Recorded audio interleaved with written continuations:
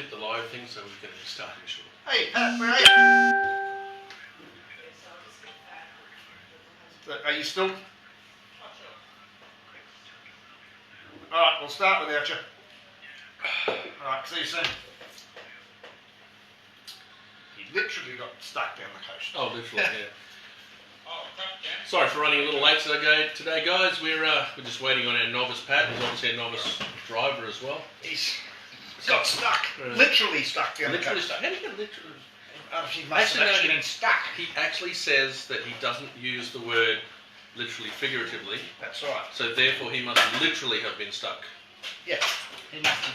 What was he got bogged, maybe? Bogged. Yeah, bogged down the coast. That's impressive. Yeah, on a motorbike. Oh, okay, that's even more impressive. Okay. Anyway, thank you all for tuning in today. I know we have started, Warren. It's all good now. You might notice that we're drinking an ambery sort of coloured wine, but this is not actually what we're going to be drinking today. This is just us having a moment after a really long, hard, and end of financial year. So congratulations to anyone who's got a business that manages to finish off their the EOFY today. Because I tell you what, I was grateful. Can start again now. Awesome. I got in early and jumped online, did my tax, refunds in the mail. So all good. Really? Damn. Pretty much. Okay. Well, I suppose we'll start by talking about the wines we're going to do today. So we've decided to look at Italy, but not Italy as a whole. We're looking at just some particular wines from Italy. A couple of them that I really enjoy, and a winery that I have drunk previously under another name. So we're going to go through some Sicilian wine, which will be quite intriguing actually, because I don't know how many people drink much in the way of Sicilian wine. We're going to have a look at our classic Soave, and we're also going to look at a Chianti Reserva. Now, I believe the Chianti Reserva is actually is it Classico? No, it's just a Reserva. No, it is a Classico. Yes. So, just give you a quick rundown. We're going to start with the Grillo, which is the Stamari. Grillo. This is actually called Grillo Bio. The reason I call it bio is it's biodynamic. So it is sustainably sourced, no preservatives, no herbicides or pesticides. It does still have preservatives in it though.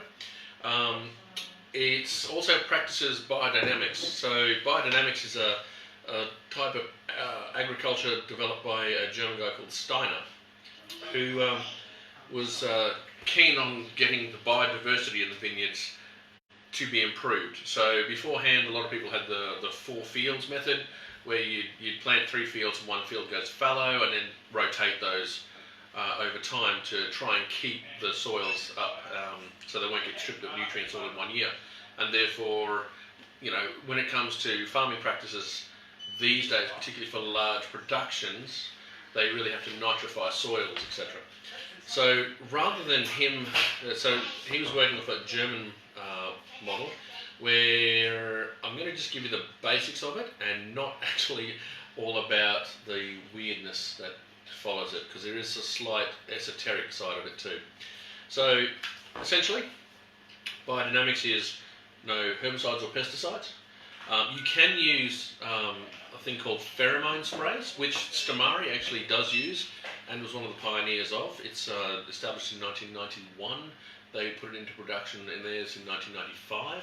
And the pheromone is actually that the bad bugs don't look to mate in the vineyards, and the good bugs do mate in the vineyards. So so the pheromone spray that they use is actually literally bug pheromone to prevent infestations breaking out. I think that was a pretty interesting thing. I hadn't looked into it before, but I had to look into it once I started researching it for the wines. The other part about biodynamics though is that everything that's taken from the vineyard is put back into the vineyard. So therefore all your cuttings, any stripping of the fields and things like that, all of that goes back in. And what that does is improve the biodiversity and biomass of the vineyard. So rather than you cutting out all of the weeds, detritus and then taking it away, you actually then mulch it all up and put it back into there. Now, there is also a thing you can't use any herbicides and pesticides, as I said, but they can use a thing called, I think it's 501, which essentially is cow manure, packed into cow horn, buried by the light of the moon for, I think, 2 weeks, dug back up, then put into a large water vat using vortexing, but it's got to be a particular vortexing at a particular time of the day and a particular time of the month. Now, we're onto the esoteric stuff. And at that point, I'm going to say that's it for me. I'm not going to say any more about whether I believe it or not. All I know is that every single biodynamic vineyard that I've been dealing with in the years that I've been doing wineries, the guys who run biodynamic vineyards spend more time walking the vines and looking at the vines and spending time in their vineyards to make sure everything's stable and correct than people who don't. So, irrespective of whether or not you believe biodynamics or not, enforcing that constant checking on the vineyards, I think that's how you're going to get better grapes. Keep your watch. Yeah, keep your watch. Keep an eye on what you're doing. So we're going to do the Stamari. It's not loading up online for some reason, is it? It says we're live, but it's... There you go. No, it's not it. Okay, so we'll pour Pat's as well. So Pat's not here. We'll have to play catch up. Yeah, he will. So I'll just quickly run through. Stamari is a winery. It actually has on the island of Sicily, around the area of Marsala. They're actually based in. Let me have a quick look. They're actually in 2 major areas where they actually draw their vines from. One of them's around Noto, above Buonavini, and Pacino, which is in the south province of Syracuse. So they have 22,000 acres under vine. They have 22,000 acres under vine. They are sustainable. Their winery itself, the actual winery itself, 60% of it is underground. So you can assume all their maturation barrels and things like that are underground too. So if you're looking at Sicily as a region in comparison to Italy, Sicily gets a greater rainfall, nearly 1.5 times the sun's hours that Italy gets. So 1,500 diurnal hours, sun hours for Italy, and it's 2,500 for Sicily. Which means just where they're positioned on the latitude, which is further south, which has got more exposure, and while it is quite hilly, hasn't got the mountainous regions like the spine of mountains that runs up Tuscany. It does get a lovely Mediterranean climate because it's sitting literally in the Mediterranean. So you're getting some lovely warm breezes from the south in Africa, some lovely cooling breezes coming down from the north. It's a very temperate, really good region. So Gorillo is actually a wine varietal, or the grape varietal, that was originally used for Marsala. So if anyone here knows what Marsala is, actually I don't think many people actually do, honestly. It's been around a long time. It has, and the thing is, Marsala is actually named after the town of Marsala in Italy, in Sicily, and it's actually a fortified wine for the most part. And the major grape for Marsala is Gorillo. So Gorillo was for Marsala production more than anything else. Marsala's quite red though, isn't it? It can be, but remember it's fortified, so it's a tawny. Oh, okay. That's what. Remember we talked about the ports and the tawnies to get the so they actually Marsala's fallen out of favour, and in fact, you really struggle to buy an Italian Marsala in Australia. And it's mainly used for cooking, not yeah, well, that's the thing. Everyone uses it for cooking, thinking it's a cheap wine. But actually, if you're over in Sicily, it is a cheap, fairly inexpensive wine. But if you're buying it internationally, due to all the taxes and freights and things, it can be quite expensive. So the actual grape itself is a progeny of 2 grapes, Muscat of Alexandria, or as it's sometimes known in Italy as Zabibo, and I'm going to get this right, Catarato, which is another local indigenous variety from Italy. But yeah, so it's probably most widely planted. About 55% of the plantings are Gorillo in Sicily. The other ones are essentially, there's a bit of Chardonnay, a bit of Sauv Blanc, a bit of Trebbiano, and the one we're going to look at, Nero Diablo. Yep. So we're looking at Nero later on. So when you're looking at it,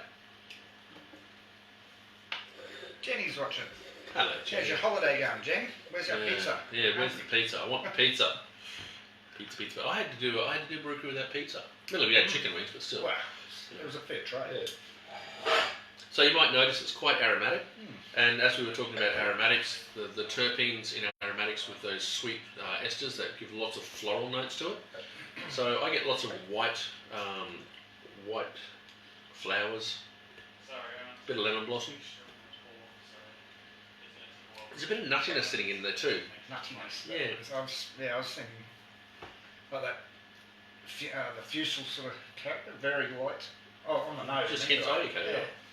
But it could be more nuttiness, I suppose. I'd go with nuttiness. It's usually the generic sort of gorilla that we're looking at is going to generally be lemon and apple sort of. Mainly the acidity is very appley, but the lemon brings some lovely citrus to it. And actually, the Sicilian lemons are kind of renowned too. So yeah, got that green apple, but that nuttiness and it's a fruit, quite fruit driven. But the acidity balances beautifully. Would it get any oak colour? I don't believe so. No, I think that's just the colour that they've allowed it to express. Sometimes I believe if they're going to put oak over that, they would maybe use at absolute best old oak, just for some texture. That's what I'm getting, a little bit of texture. I wouldn't say it's a huge texture wine. It's much more towards that aromatic style that we were talking about, particularly in that sort of vein of Riesling. Sauv Blanc without the big passion fruity sort of flavours, but without the searing acidity in the back. It is quite acidic though, which is quite nice. I actually was looking up what food would go with it, and they put on here one that I thought was pretty cool. Obviously lemon chicken, and walnut rolled goat's cheese with honey. Well, I got the goat's cheese. You got the goat's cheese, we just didn't have the honey. That's because I couldn't get the honey cavana that I normally get. Oh, that's right, we couldn't either, yeah. But the other one that I thought was macaroni with fresh lemon and cream sauce.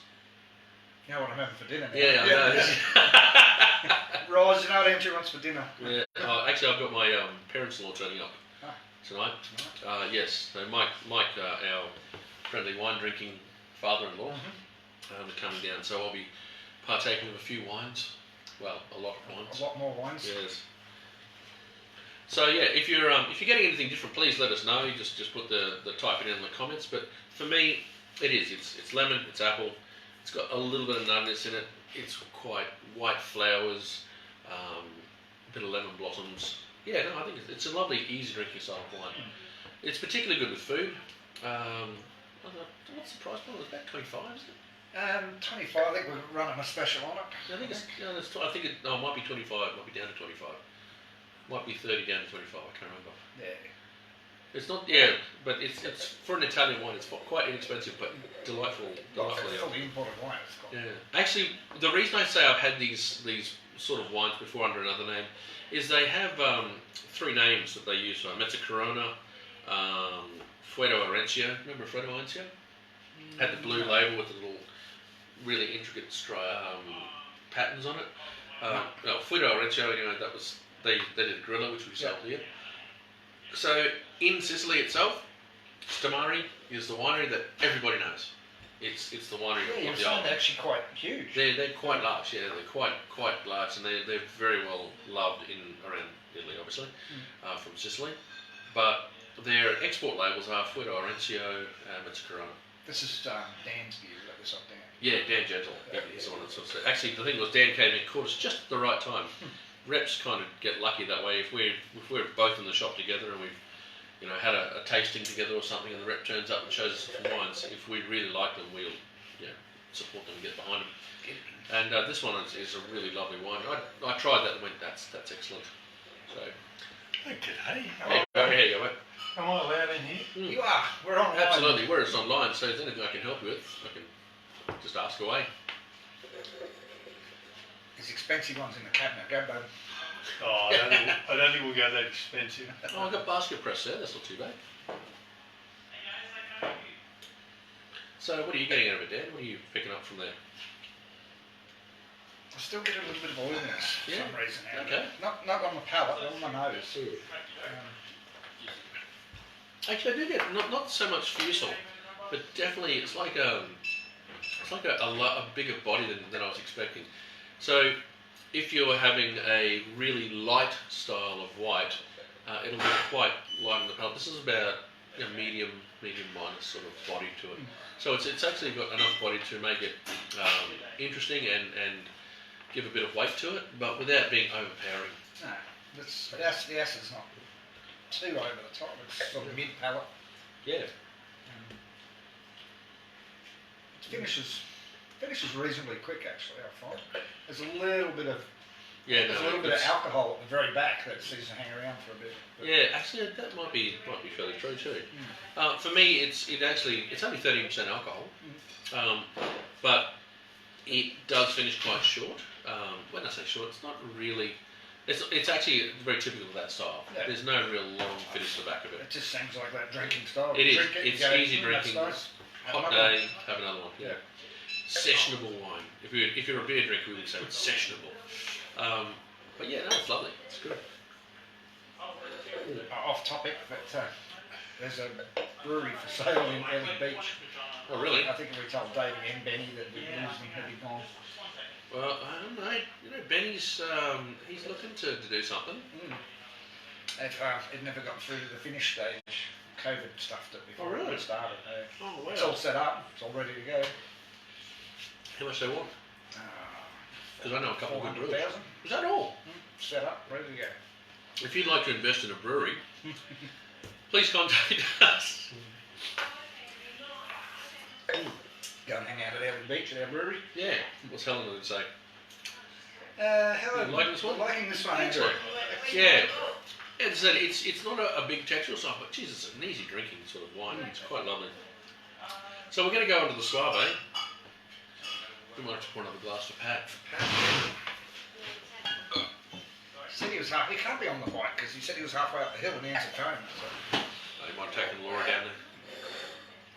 Gee, Pat's going to be drinking quite heavily this afternoon, isn't he? He is. He start with his beer, I guess. Yeah. I'm sniffing my beer. Yeah, see? So you turned into a wine snob just like me. There we go. I can't really even introduce us today, can I? No. This is Pat, Novice. This is not Pat. This is Pat, our imaginary novice. Dan, the knowledgeable one, and Andrew, the know-it-all. But yeah, so as I said, we're going through the Italian wines. Now, Suave is one of those interesting sort of wines. So in Veneto, which is in the northeast of Italy, particularly around Verona, there is an area called Suave. It's delineated. It's around the town of Suave. I've not actually even heard of. Have you? Suave? Oh, cool. Well, when I actually was doing my tour of Italy, I ended up in Suave for a little while, and there's some beautiful, I wouldn't say mountains, but definitely sort of high elevations that had some really lovely vineyards. And I'm like, oh, that must be Suave. It's gorgeous. And then as we went through the town, literally there was a house, and then there was like a sort of a big empty pool, like a big empty, someone had built a box and then sunk it into the earth. So like an empty swimming pool. Yeah, like a big empty swimming pool, except really, really big. And so it was down below the road, and the road had been obviously built up over time. Concrete or? Yeah, concrete walls. But in there were vineyards, and that was actually some of the Suave, and then like Suave vineyards. How big? As I said, so about, vineyards are in it. Yeah. So it's got to be big. So about the size of our shop, so about 300 square metres. So 300 square metres, which is not even. Not a big vineyard. No, it's not a big vineyard. But the thing is, every house seemed to have one. Oh, okay. So obviously the back in the 70s and 80s when they had what was called I think it was. I can't remember the sharecropping or share farming. What they would do is they would plant multiple products on their land. So where you and I would keep a veggie garden, for production, they would actually have a trellis of tomatoes, and then over the top of that, trellising of grapes. And then they'd actually have beans and other things, all are coming in the same plot of land. Yeah. So all the land, all the land was used. And that actually sort of, it was very difficult. But when they started going to a quality production of grapes, obviously it doesn't work that way. You really can't. Well, everything would be too different. Everything would be too, there's two involved and two different. So they got rid of that. So I just want to have a quick look at this. It is a DOC. This is a Suave, right? Suave DOC. So from around the city of Verona, Suave region. So the DOC zone is a greater zone outside of the DOCG, which is Denominazione di Origine Controllata, which is an EU and an Italian government designation for that region. So that region can produce this particular style of wine and call it Suave. So it's a Suave region. It's called Suave because of the DOC. There's a next level above it called Denominazione di Origine Controllata di Garantita, and that actually involves a little bit greater legal structures around it, including we just had a momentary pause for some obscure reason. So the said we're real. Yeah. The Garantita is actually the government controlled. There's a blind tasting to determine that they drink that wine. There, yes, that is a Suave. Bang. That's ours. That's ours. Yeah. So what's the actual rate? I see that on there that's Garganiga. Garganiga. Yes. That I've heard of. Yes. So Garganiga is a very, very neutral grape. Totally reliant. So it doesn't bring any really fruit flavours of its own to the mix, but it's totally reliant on the terroir or everything that affects that region. Mm-hmm. Okay. So I have had some Suaves over the years where they have been quite fruity, and other ones have been quite dry, and some have been quite oaky even. They've all had that different sort of thing around it. So this is I think it's just a general Suave. No, this is a Suave Classico. So the reason I'm going to talk about that is there is the DOCG range, which is Suave Superior, and that is that DOCG Garantita, with divided zones in being a Classico designation for wines that are in the heartland of Suave, around the vineyards of Verona. So this is from the classic region, or this is where, the reason I call it Classico is that is what has been planted there for a very long time, and is the wine of that region for a very long time. So if you talk about Chianti, which we will later on, we talk about Classico again, it's what was planted there originally, not what was planted there post. So the destination, and it's generally thought that the region that is a Classico region is of a classical style. Some people in those classical regions, so that they might have a Suave Classico, may actually play with it and change the stylistic of the style of the wine, of the Suave wine, and they will by putting big oak to it, or wine-making process, or extended maturation. They may even add other grape varietals into it, because there are other grape varietals in that area. This one actually says 100%. It's 100% Garganiga, that one. Yep. So if they do that, they will call it Garganiga. In fact, we've had Garganiga. Yeah, that's why I was a bit thrown on the label. I've never heard of Suave Classico, but yeah, I've heard of Garganiga. Yep. So, as I said, Garganiga is the principal varietal, although there is a grape that can be added in called Trebbiano di Suave, which is a little bit of a fruity, sweet style of wine. They can even add Chardonnay, and I have seen Sauv Blanc added into it as well. Percentages are still, I think it's the 15% rule is still applicable. No, sorry, it is actually a minimum of 70% must be Garganiga, and up to 30% can come from a blend, but it will be known as... It'll only ever get to a DOC, it can never be a DOCG, and generally they'll say on production that you can do it. So it's so light, I can't believe how the flavours I reckon that's a beginner white wine drinker's wine. Well, the nose is so peachy and floral. It's just lovely. On the palate, it's just light, really light, and I don't get a lot of flavour out of that at all. Really. No, I'm picking up a bit. Mainly for that really light, elegant sort of style. I find it light, fresh, and that's the big thing about Suave. It's a fresh, vibrant wine that will show lots of florals to it. You get lots of white peach and sort of white nectarine sort of flavours. I'm getting a lot of dry. Yeah. Oh, here he is. Hot. You're so far behind the 8 ball right now. Yeah. I have to ask, what does literally stuck down the coast mean? I thought it now you said you were literally stuck. Oh yeah, the traffic. School holidays. Well, you wasn't literally stuck then, were you? Oh, No. figuratively. Well, there you go, see, we had this discussion. Yesterday. So you're going to be starting with the Gorilla. That's that one. Yep, that's this one, Gorilla. I'll get your read on that as well. I thought we'd have a beer before the tasting, so Yeah. we all got one. Unfortunately, we sort of started a little bit too quick, and like we didn't give ourselves enough lead time to have that beer. No. I like that. It's like it's got like the kind of consistency of like a shardy. Like, Yep. is it oaky?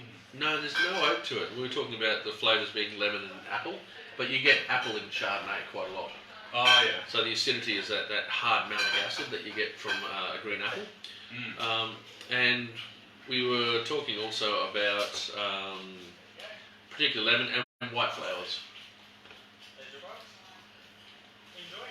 I can't find the white flower, like zizzle lemon. Smell it. So you're looking at lemon blossoms, white wildflowers, those kind of things. Yeah, kind of.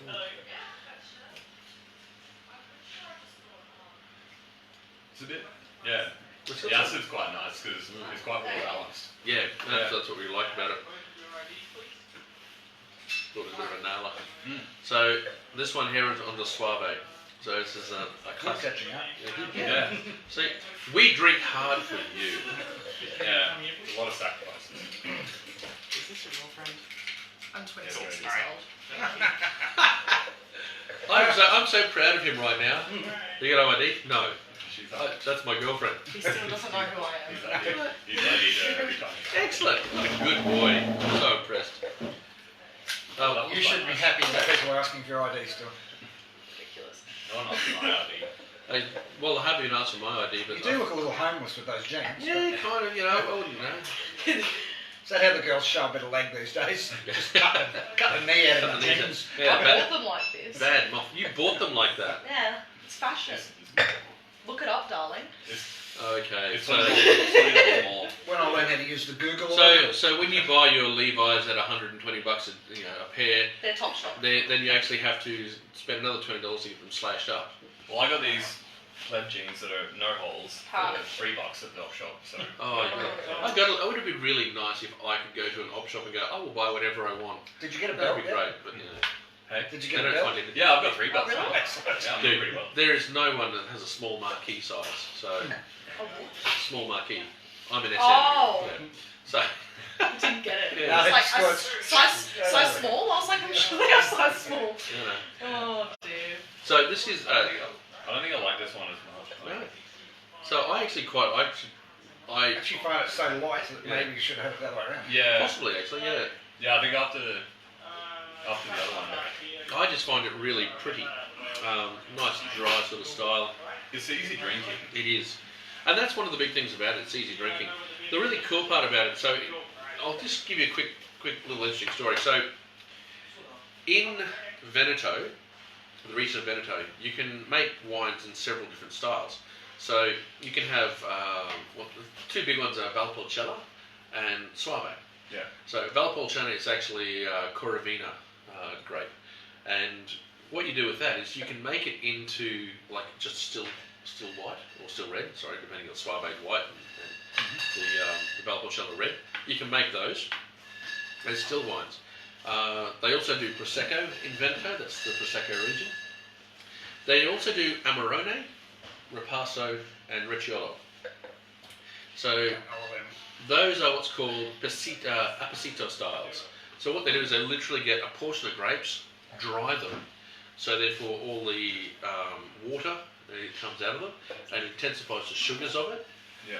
And then they press that and add a portion of that, which is very highly sugary, sweet juice, add that back into the must, or the pressed juice for the grapes. Yeah. And that's how you get Ripasso, which is like a Valpolicella with some of those Amarone wine pressings into it. Or you can just do the whole lot and press whatever white that comes out of the juice rather than blending it with Valpolicella in the must. You can actually have that and it ferments and becomes Amarone, which is a big, rich style of wine from Italy. Or you can even add So you actually add you dry the grapes right out. You then add a little bit of the percentage is different. So therefore you add a lot less of the still sort of must, and you add much more of the Basito, and that becomes a Reciola or dessert style. So Suave can actually be made in a Reciola style.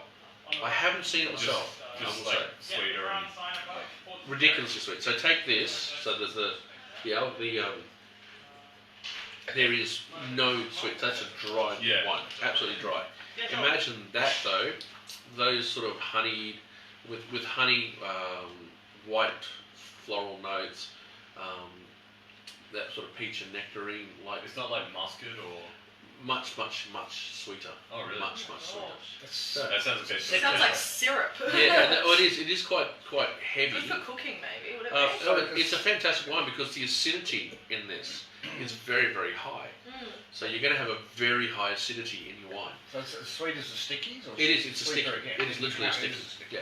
What's the sticky? That's a dessert wine. Yeah. So Noble Little one, bottle. but try Oh, to we're going to have to do stickies next week then. Oh, don't do that. I don't think I could go through. I don't think I could do an entire tasting on stickies. The hangover Fair would be immense.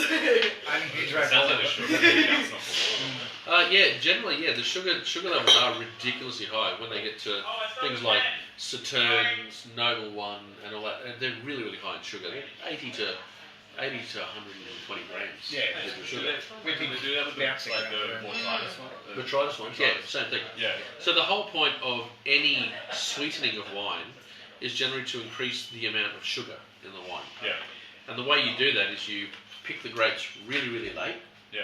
Because as the grapes get plumper and they put more and more sugars into it, Yeah. when you actually come to towards the end of it, they'll actually start drawing back nutrients. So you want to pick it at the latest time possible before they start drawing back the nutrients. They do another one called cut cane, where they cut the cane itself, and therefore it doesn't draw back the nutrients. It just sits there and gets raisinified because naturally water. Raisinified. Yeah, literally raisinified. Is that a word? It is. Yeah. Oh wow. So raisinified, where they actually the water gets lost through the skin, and then It's a become word. sugar. So that's another one. Or the Pasita style, where you get that, you put those, you cut the grapes, really late pick, leave them in, so they're in a drying area. So the drying area is actually, have you ever seen industrial dishwashers? Where you got those grey plastic things you push into the dishwasher exactly the same stuff. You can pallet them up. And you have a whole bunch of grapes, just one layer of them, they all stack up behind each other, and they put it inside a warehouse, because you don't want it outside, because you don't want to get, biological and bugs and stuff into it. And they dry that over a period of time, and then they take that and they press that to get very little juice out of it, but So sweet. but it's so sweet, they add that back into the wine. There's another way of doing it. Or you can add at the end of so that increases again the sugar all in the pre-made. Yeah. Or at the end you can add it what's called sauce reserve, which is a sweetened reserve afterwards. So there's all these different places you can add sweetness to it, and it's really important. We are not looking at any sweet wines today, and I will probably say no to next week being a dessert wine tasting. That's probably a little bit too far for me at the moment. But Pat's never had one, so we should Yeah. make one. Okay, we will have one. We will have one next week. A sweet wine next week. And, You haven't tried one before. No, I think the sweetest wine I've ever had is a. you No, had muscat. the muscat, that was way Yeah. high. That's about 180 grams of residual sugar. Yeah, that was really sweet. But you can tell like when the bottle starts getting to like a 500 ml. Yeah. And they're still $25. Yeah. Okay. You mentioned Zazebo earlier. Zabibo, yeah. The only one I've ever seen is a Brown Brothers Zazebo. So- I haven't seen that in a long time. Remember we were talking about muskets and that make Moscato. So a muscat d'Alexandria and a muscat Petita grains. So there's a group of grapes called muskets, and those muskets are Petita grains, which is red, and there's a muscat d'Alexandria, which is a white. So if you're using a muscat in the particular case of the Alexandria, it's a white wine. You can actually make a dry white wine of muscat, or you can make a Moscato. It's actually called in Italy a Zabibo grape. That's what. Yeah, that's what it's called. That's why Brown Brothers to get away from that whole Moscato, which again, muscat can be called Moscato. It's a a white style or even a red style of Moscato. You can actually call it Zabibo because that's what the traditional name for it is. Is that a province kind of thing, or is No, it's actually the area of the country it comes from. would that be another thing that could be up for debate? Or? No, there's no region of Zabibo, but the grape can be called Zabibo. Okay. It can also be called Muscat of the Alexandria, but no one knows what the hell that is, so they don't bother. But they call it Moscato quite merrily. Yeah. So yeah, that's why at one point we had a real confusion in the shop with, oh yes, let's get some. I think it was Brown Brothers Moscato, and then they turned around and said, oh no, but Brown Brothers Zabibo. Would change the Yeah, name. no, Change the name. but that would stop, because no one would know what not many people would know what a Zabibo is. They actually turned it into a sparkling style and called it Zabibo. So then Yes. rather than calling it sparkling muscat or sparkling Moscato, they called it Zabibo. And they were trying to create a It's buzz sweet around it. bubbles. It's sweet bubbles, yeah. Yeah. And that's what it was for a very long I time. haven't seen it for ages. No, you won't, because they renamed it sparkling Moscato because it's far more common. Yeah. Okay, so let's go on to the reds. Now, It's good because then we can have some pate. oh yes, we I can. didn't think the pate would Should we go go with get the the Now, I am actually Yep. going to go with Chianti first. Are you going to empty it? Um, See, where have you been, Pat? Where have you been? We've been waiting for Weeks you we've to been turn up. fending for ourselves for Yeah, weeks. it's Sorry hard, guys, I actually have a job. No. So do we. This is our job. Yeah. This is our job. Not everyone gets So that. we're going to go to the Viticolio Chianti. No more questions. Alan's not talking to you anymore. No, they've all stopped caring. Yeah. It's all fine. They're just drinking now. They're just drinking. Listen to these people babbling on. No, Just drink. Yeah, pretty much we babble. Thanks. Babbling's good. Oh, look at that. How's that? Is that how it's supposed to be done? Yeah. Oh yeah, you gotta make it do it We the just fancy scrape- way. we just no. scrape it and It's scrape like it dog out. food. Oh my god. That's a nice one. So, Did you get Yeah, the that's all farm me. beans? pardon? Did you get the Oh, farm I beans? missed out on the fava beans because that was a lovely Chianti. Yeah. Bloody. This This is the Chianti. Yeah, I've actually had this before. I really quite like it. Yeah, it's I've never had a Chianti. Okay, so from our conversations previously, Chianti is at least 70% Sangiovese. Yeah. It can be a blending of everything else from Greciano, Colorino. Merlot is actually fairly predominant throughout it. Yeah, I can see Merlot going for Yeah, it. it does go. It's got a really Merlot bit of a smell to it. Yeah. So the quick taste note of this is intense red with garnet reflection. Clean, crisp notes of ripe plums, cranberries, nice, thick, balanced, and persistent. So Chianti for me, I always look at is sour cherry and mint. So if you can see any sour cherry and mint, please let me know because it sounds like reading the tasting note of this. I am looking at a Cabernet. I've got a little bit of mint, maybe. I don't know if that's On the nose, a I get suggestion. no. On the nose, I get. Oh, there you go. So sour cherry right there. So that cranberry thing is they call it cranberry. I call it sour cherry. And mint is that aromatic that's in it. Yeah. Classically, if you are drinking any sort of Chianti or any sort of Sangiovese, you will see that style of sour cherry and mint. Even in the Australian stuff, which is quite fruity and fruit forward, you will see sour cherry, but it has a bit more sweet sour cherry than like more of a maraschino. Sangiovese. Yeah, the Sangiovese. Yeah, the El Nino Sangiovese. Oh, yeah. Love it. Yeah. Quite peppery. Yeah, it's got some pepper to it. It's got some spice as well. There's just the colour is actually really intense. If you're in Italy, this is not generally the colour you're going to see your every Chianti. You'll see it. This is probably a little bit darker, a little bit deeper. Very deep. It's quite dense too, the flavour of it. And the reason it's probably a little bit more dense is I reckon they've had a bit more oak treatment onto this, a bit more work into it. The acidity just makes your mouth water. Yeah. What's the price point of it? This one's 25. That's pretty good. Actually, it's 22, I think. But yeah, And it comes with a cork. it comes with a cork. Nice. So one. Real one. it's also 2013. Is that a good year? Yeah, it's a good vintage, but it's also aged in the bottle. Yeah. So one of the big things about these wines, particularly, is if you're ever sort of stuck looking for a Chianti and you're not sure, and it's really hard to do, because you're looking at a whole bunch of Italian writing that you may or may not be able to read.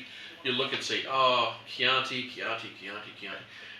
Look for the words superior Reserva, and Classico. They're the three things to look for. You can make a general Chianti, and it can be a blend 70% Sangiovese and just a mix of everything else to go in there. And it's fairly high production, so it's not a bulk wine, but it's high production quality wine. And you'll actually taste it and you go, it's a little bit lighter, a little bit less dense, a little bit, less punchy flavours, shorter finish. And that's your general Chianti. And that can be made in the Chianti region. So the Chianti region is in Tuscany, which goes all the way to the coastline and goes all the way to the Chianti, to the spine of mountains that run through the middle of Italy. So again, you can get those slightly waterier, less dense characters to it. When you start looking at Chianti Reserva particularly, you're looking at something that's going to have a little bit more work to it, but it's also a higher alcohol that it's going to have. It's always going to have a higher alcohol to it, which means they've let it hang on the vine a little longer and they've picked it probably a bit more physiologically right.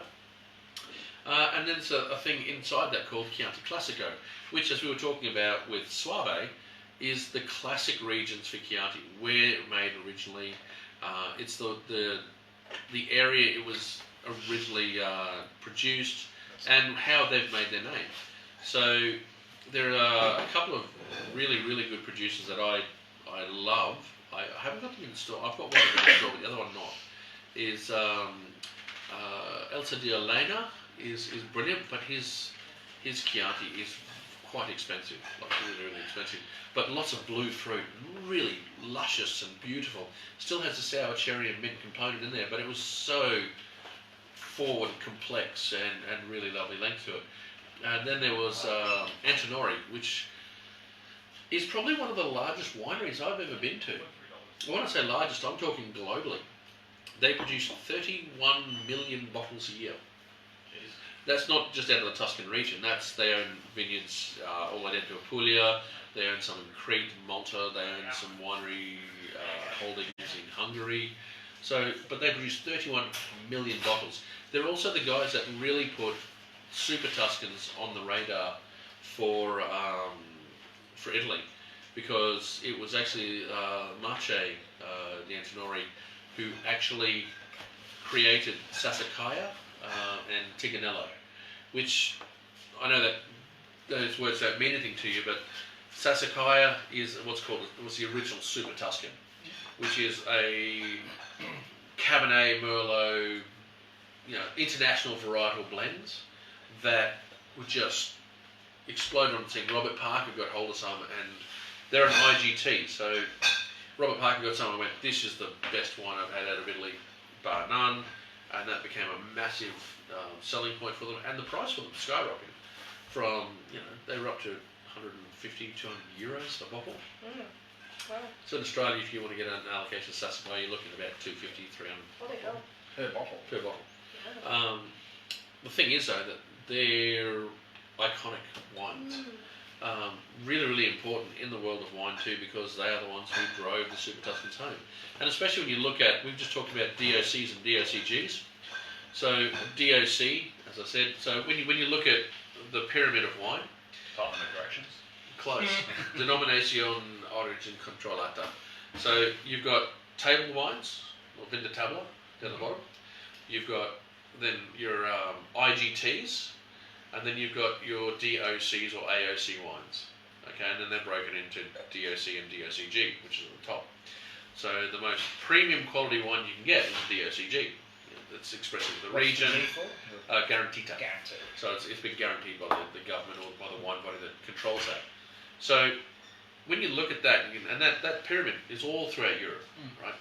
So the IGT area is actually an area where, as I was saying with Soave, if you decided not to make Soave in that traditional style, and you don't want to you don't give a damn about your DOC or DOCG, but you want to make something new and interesting out of that region, you play in what's called the IGT style, which is an indication graphica typica, which is the indication of the area that it's from. Yeah. So, it'll be an IGT Garganega from Soave. So it'll be an IGT Because I style. put it in New Oak for 6 months. Yeah, because I put it in New Oak and I wanted to make this Chardonnay type of wine. Yeah. So they do give a little bit of that playroom. So it's not so tight with this regulation. You must make the wine this way, and this is how it is. It's, yes, you must make the wine this way, and this is how it is if you want that top level quality label. label on the bottle. Yeah. But if you want to go, I want to play with something a bit Must be different. so boring for winemakers to be Uh, going, we all have to do it the same way. Well, no, it's not all the same way. They do get to put their own winemaking stamp on it, but as long as it follows the areas, the region, or the tradition of the region, they're able to do it. It's quite interesting the government takes such a stance on things like that, because I suppose it'd be a One of the fairly major big exports, exports of the country. Mm. So the country's kind of viability is kind of at stake. So It is, the government actually has to step in and control the quality of it. Well, yeah, and the thing is though, that when they joined the EU actually has a department of wine. They actually have a department built for wine, and that's how that pyramid turned up. Yeah. And that pyramid turns up all throughout Europe. If you're part of the EU, your wine has to be set into that structure. Even the German predicate wines are in there. That being said, doesn't mean that your table wines at the bottom aren't going to contain some of those top end. Oh no! So Yeah. You remember, can blend the good stuff right in with. yeah, absolutely. You can what's called declassify wine and bring it down. And in fact, honestly, some regions in Europe, and I won't say which regions, some regions in Europe, their quality level wines are so tannic and robust that I can't face them. I struggle really badly with them. And yet their table wine, I can drink like a gallon. It's awesome.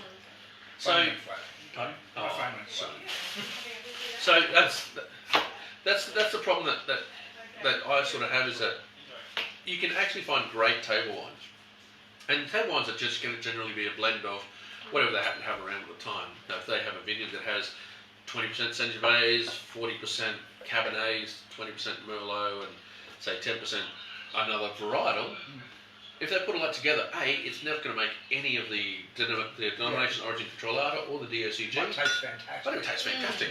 So again, it's not a bad thing to have. But you won't see it generally exported, because the government has a tendency to be really sort of, you're exporting from our country, we want to show what our regions do. And protection of regions is really important. When I say protect them, they literally say you can have this much denser plantings of wine, so therefore you can have maybe 5,000 rows per acre or hectare.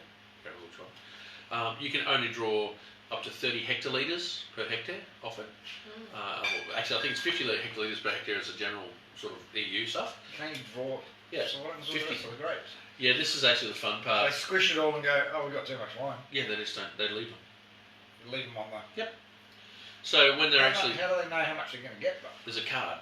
So what they do is during harvest they have an inspector, and you have a card. Every producer has a card. Every grower and every harvester has a card. And once they actually produce, they have to check the card every time they put stuff into the winery. Yeah. So therefore, it's not unusual for them to go, oh yeah, all right, you're full, you're done, no more. Oh, by the way, the generally it does change depending on the vintage. If it's a particularly good vintage, they'll allow a bit more juice to be produced. If it's a really hard vintage, But how do they tell how much juice they're going to get out of the grapes? well, what they do It's is, still hanging on a vine.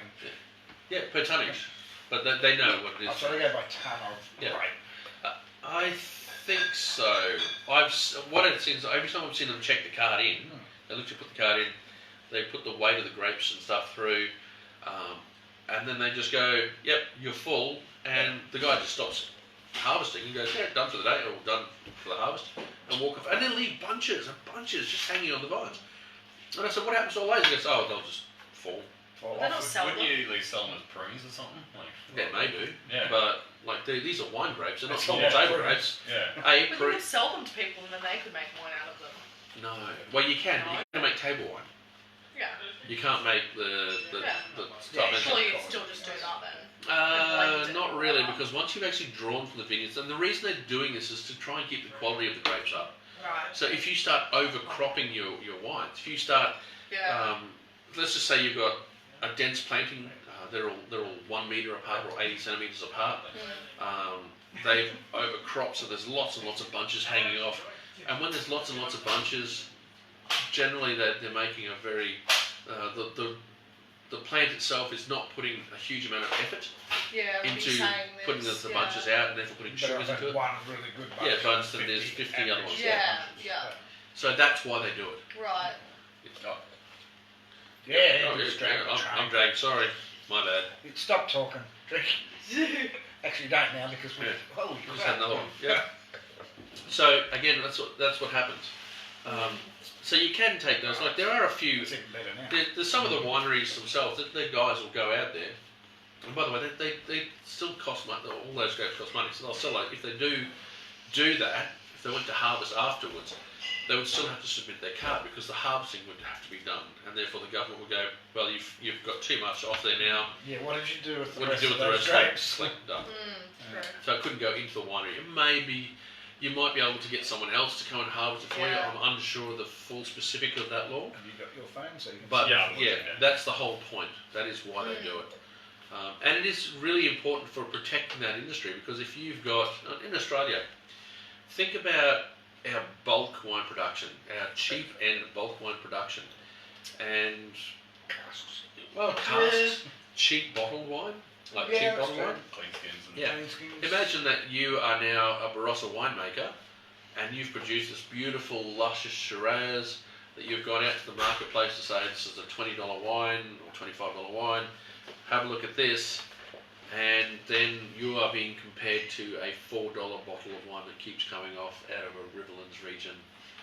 You'd just be really gutted. So my uncle picks up wine, down the Riverlands. Yeah. He drives a truck. That would be back the truck up, fill it it's up. such a competitive market though with wine. Like honestly, there's some as we did a while ago when we did the cheaper wines, like entry level ones. Yeah. They hold up surprisingly well to some of the $20-25 bottles. Yeah. And I don't know how the winemaker feels about that. Well, what I was trying to say is when it comes to the export market particularly, imagine you've got a UK buyer and he goes, I can choose your $25 wine or your $6 wine. I'll take the $6 wine every day. It's Australian, it's $6. Yeah. Generally, he won't even drink it. It's got a kangaroo on it. He's got a kangaroo on it. Yeah. Put it on the shelf, and people buy it. Yeah. And then you associate the Australian production of wine from Barossa with that bottle there. Cheap, Whereas, That's what the Australian kind of market's at, though, isn't it? no, God no. Actually, surprisingly, in the world of wine, our exports, we are the highest per litre price in wine. Yep. Really? That's Because nice. I have friends whenever they go to London and they have like 3 base brands of wine to get, and they're like Usually Yellowtail, Jacobs Creek, and Wolf Blass. Yeah, and then they'll charge them through the roof for it, like 10-15 pounds a bottle. Yep. And We're considered not very to good winemakers. and not to discredit them, but for the same kind of price, I'm not sure what the export duty is, but you can get some much better wines from Australia. Yeah. For well, once you get rid of our wet tax off it, yeah, and you get it over there, but you got basically 10% export tax, 10% import tax, plus all your freight to get it to there. Essentially, it costs a fair bit to get wine across. because they just ship it over as juice, don't they? And then bottle it. No. Okay, so yes, for the cheap end wines, they will do that. They'll send it by a bladder overseas and they'll bottle it. They in that usually country. relabel it as their own wines, though. For Tesco's and places like that, they will. Waitrose and Tesco's will definitely. Wouldn't half the point there being you'd have to advertise it as Australian. You say Australian, you can say Barossa because it comes from Barossa. It comes from Australia. But as a winemaker, would you want your name associated with that wine? With a Tesco's home No. brand. Yeah, you're selling that for $2 a bottle in America. Somebody go, I don't want my name. So, how? Well, I suppose it's a bit of a weird question, but how does Australian wine hold up in foreign markets? Excellent. Because I haven't tasted many of the overseas. We've done the Spanish, we've done now the Italians, and done a couple of French ones. Have you had the Fat Bastard? Yeah, I just wanted to say that on. Yeah, I love the Fat Bastard Chardonnay. The Fat Bastard Chardonnay is really good. I haven't had many other American ones. That's an American. Yeah, I just don't know. I think I just prefer the Australian style. It's real, especially for reds. Real fruit forward. And I think it's more my taste. But I just don't know how how the foreign market feels about Australian wine. The world market of wine is, we are a medium-sized producer, so we're about the fourth biggest producer in the world, or fifth biggest producer in the world.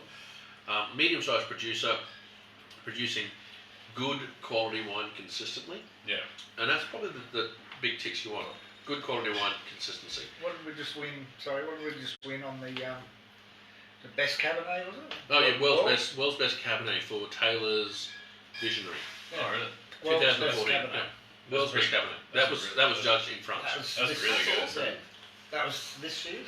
That was this year's, yeah, Do 2014. we have that bottle? We've sold our allocation. Yeah. Oh, really? We can get more, but How much is it? That's about $200 and something a bottle.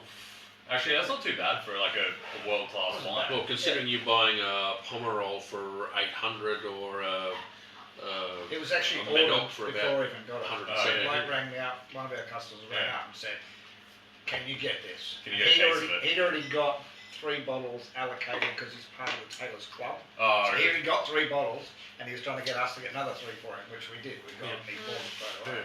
Yeah. No idea why it pauses. Yeah. Maybe it times out. I don't know. Maybe. No one's watching, we don't care. We've gone over, probably gone over an hour. Probably just. have, yeah. So, again, so that's how the world views us, is they view us as a really good, consistent producer. Our wines are generally medium range pricing. They're not generally cheaper. No, they're not. They're definitely not cheaper end. Not in England anyway. When I lived No, there. well, they're definitely not. So, No. in fact, we're more to that mid-tier to premium to super At premium. Waitrose, they're all, Waitrose is like the fancy supermarket, and they sell the is it the Wira Wira, or whatever it's called, the church block. Church block, yeah. Yeah, that was like £20 over there. Oh, wow. But that's it is a decent red, and it's like, because Yellowtail's like It's about 12 20 pounds, bucks. 10 pounds, so it's Yeah. like, you're better off spending £20 and getting the good one. Yeah. So, and that's how the world views us as a winery, as a wine company. So we're now going to go on to the last one, because I realise our hour has gone through. Wow, that's gone so quickly. So, Nera de Avola, or Nera de Vola, depending on what sort of an accent you want to carry. When you first Nera de Avola. near Diablo. The devil. Definitely. No, it's Nero de Avola, which is black from around the town of Avola. Is this the one we did the other day, or was that a different near Diablo? Was this one the other day? No, you might have tasted it. you might have tasted when the rep. Yeah, when the rep was here. In the repertoire, we tasted this. That's why we decided to have I suppose it was one that Michael brought in. it. No. No, this was Dan Gentle. Okay. Okay, so this is the most important red variety coming out of Sicily. Again by Stamari. As I said, I really enjoy the Stamari wines. As I said, I really like the Gorilla. They actually do have a cheaper version of this, but I thought, just to the fact that it's biodynamic, again, it's biodynamic. They have a cheap one which is just organic, but I really think that the biodynamic side of it should be really spoken about. It is a really good wine, really well made winery. And the price point for an imported biodynamic wine. Yeah, it's pretty What is impressive. this? What is it? It's about $25. Oh, yeah, that's really good. That's about our biodynamic range. Yeah, Yeah. Beautiful So- bottle as well. it's And gorgeous. I don't know if you hear, but it's one of the largest producing wineries over there. Yeah, It's huge. yeah. For Sicily. Sorry, my bad. Loving For it. Sicily Oh, as well, yeah. it's It's like a nice not bottle, I huge love that place. bottle. Why do you Like- stick your No, nose in Well, that? Andrew started looking into it. He went, actually, this is one of the biggest wineries over there. So. Okay, so I'll just quickly run through the notes that I've got here. It also contributes to Masala Rubino. Rubino Masala is actually red Masala. So you can probably compare this one more towards your Shiraz than anything else. Oh, yum. Yeah, it just tastes like those red lollies, red hard lollies you have. It's just It's like, gorgeous. strawberries. Strawberries and Wraps, lots and lots of red wraps around fruits to your it. tongue, so. That's Now good. remember, Sicily is quite a warm, dry climate too. So it's going to have, like Australia, it's going to have more fruit component to it because hotter climate. actually. It's We did really taste nice. Yeah, we did taste. That was Yeah. after last week's tasting. Yeah. We had a test bottle just Oh, to we try. did too. Yeah. And that's when we Yeah. decided. That was yes, right. It's so good. Because we were chatting with Dan on That's the right, we on were the phone. too, yeah. So, yes, anyway, let's go back to my notes. Just how I remember it. It is cultivated in Australia as well, so you can find Australia. Actually, we do have a couple of Australian ones here in the store right now around Riverland regions, and the Sunraysia area, which I always thought was actually just a juice area. It can produce anything from light fragrant wines to a heavier style, which is I think we definitely have the heavier style, more dense, more intensity, much richer sort of style. Really It's still easy to drink. Oh though. yeah. The variety is found also in, wait for this, Malta, Turkey and South America. Australia's also there as I'd well. like to see this come out of McLaren Bar. Actually it does. You can get some out of McLaren Bar. So cherry ruby red, perfumed, winey, fruity, strong reminiscent of blackberries. I personally see strawberries. Yeah, for like that. bright red fruits. Bright red fruits on this Yeah. one. Dry, slightly acidic, rounded, warm, full bodied. So Reminds me of a Montepulciano I had. yeah, it does. Really made your mouth water, and it was that really juicy. But the finish on this is just so. Yeah, really nice aftertaste. Oh, yeah. Really nice. I was going to say, if anyone's still watching, tell us what you think. That's gorgeous. Oh, if they're tasting this and watching, they're probably rolling around the floor at the moment. Oh my god, that's so good! $25. That's such a Is it good value. 25? Let's just double check that price. Can we go ahead and have a look at that, please, Dan? Double check. We shall double check That's that. pretty good. It's a really, It's a really dinner good one. party wine. The for nose sure. on it is, yeah. Pass me the bottle. I'll scan it a bit quicker. Yes. I feel like that would impress people. Like it's a dinner party. That would definitely be, like, what would you put that with food-wise? Like, Your mum was watching us online. something a bit sweeter, like, or Curry. curry? Yeah, I was gonna Curry. say duck. No, we're still going. Duck. Curry. Oh yeah, duck would be good. How good would that be? You could probably even pull off. I think it's a hot smoked salmon you can do. Oh, yum, yeah. It's got such He can still carry fruit his forward. Yeah. Beautiful. I It love really hits the front of your tongue. Actually, that's probably my favourite one that we've done in a long time. It's gorgeous. I really, really enjoy that. That's lovely. So we know we're doing at least one super one next week. I'm going to figure out what else we're doing How now. do we make a theme around it? Uh, Where's sweet generally regions? Actually, we'll do dinner party. Oh yeah, like how to How to run a dinner How to party. impress. How to impress at a dinner party. We'll start with an aperitif, going on to an entree. Then we'll have a main course, like a red meat sort of red course, and we'll finish with and we'll have a food I pairing. found your wife, but she has to go home. No, she doesn't. She got to go see Sweno. Oh yes, that's right. Sweno's there. Actually, you got 5 minutes. Come and have a drink. She's like, yes. Trust me, you want to try this one. This is camera ready. Okay. you're off camera. Well, we're not off yet, but we're about to be. No, you're off Oh camera. yeah. No. That one's So how much was it, Dan? 25, $24.99. Yeah, That's outstanding value. That's That's brilliant worth value. Yeah, that's my winner. We know what we're getting when we go to your parents' You don't look that impressed, because you've got to go and you can't have more. That's what that place is. Yes. I came to steal my car. Oh, you came to steal your car? No, that's not going to happen. Take Cody's. Can't tell someone to go steal a car. You just That is, yes. Actually really nice. That's Take really mine. delicious. You look good in the four-wheel drive. I'll have to double check that one just to make sure. Yeah, I think I'll try to Oh, check it. So just it's a important we quality look at that. Yeah. assurance. It might have turned. Yeah. Reminds me of a Montepulciano, that really Yeah. juicy fruit and Really vibrant, yeah. Yeah. I love this one. This is my young and favourite. funky and New favourite one. It is. So we haven't even got to the voting bit yet, but I think Yeah, I we've think- already Yeah, I started. think we've all won. That's a winner hands down for Yeah. that. Yeah. I do want to mention the first white though. I really quite like that one. Gorilla. Yeah, the gorilla. Yeah. Yeah. That Not was. the gorilla. It's gorilla. I Gorilla. swear he said gorilla. Close enough. Yeah. We'll have to change that name soon. Yeah. But yeah, that's gorgeous. That is really, really good. Bye, Raz. See you, Rose. Nice to see you. So, I might send my folks down to help you. Send the family in. are they here yet? Okay. So, I think we've all just Yeah. sort of agreed it's the Nerd Diablo for us. Yeah. or near Diavola, or near Diavola. Diablo. Diablo. I'm joking. But yeah, actually, I'm been more and more impressed. I was talking to a friend of mine about Sicily, and he said, get there, and if you're going to go to Sicily, don't do what a lot of the tourists do. They go, oh, Sicily, small island, we'll be there for like a week. Yeah. He said, really make a time of it. 3 weeks, Sicily. Stunning, yeah. And I said, why is that? Because you find the major areas quickly in a day or two. And it takes a couple of days to drive across. He said, really when it comes to it though, spend a week there and you found some of the niche market. He said, spend 2 weeks there, you find the really good gear. And he said, but 3 weeks there, you will be just walking around like a local. Yes, yeah. like a local. Yeah. He said it is the place to go. Spend 3 weeks there. Don't Especially waste. if you're a foodie because the food would be awesome there as well. The food is very seafoody, which I'm not a fan of. Absolutely. Oh, Sorry. I am.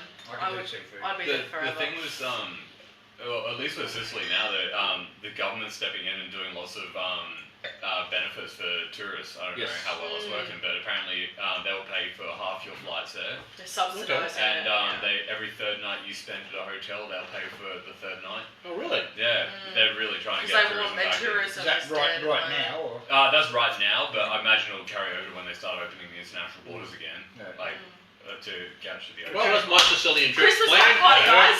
Yeah, let's do it. Does Lethbridge have a stack? Lethbridge, no. Nah, It's on the just shelf. Okay, well, I can't find any space on the shelf, so I'll just double stack. That's right. Just Okay. put it there. Hold Okay. on. Yeah. So anyway, I think. But next week we decided, Dan. So we're going to do dinner party wines. Dinner party wines. Well, So we're going to go. We're going to start with an aperitif. We're going to go to an entree. We're going to go with a main, and then we're going to finish with a dessert wine. What's an aperitif? So we'll go. So Through, like we'll go through that. Yeah. Aperitif. And we'll do food matchings to go with it. Like, In a wine. Yeah, we'll talk about the food matching that we might like to go, or different foods you can put with that. So I love yes, it. so that's a great one. yeah, I like that idea. Yeah. Yeah, Probably and should be looking out because that thing's that's starting about to go. red. So anyway, we're going to sign off now. But thank you for looking. Drink well, drink liquor savvy. Cheers. Cheers. Cheers, bye. Oh.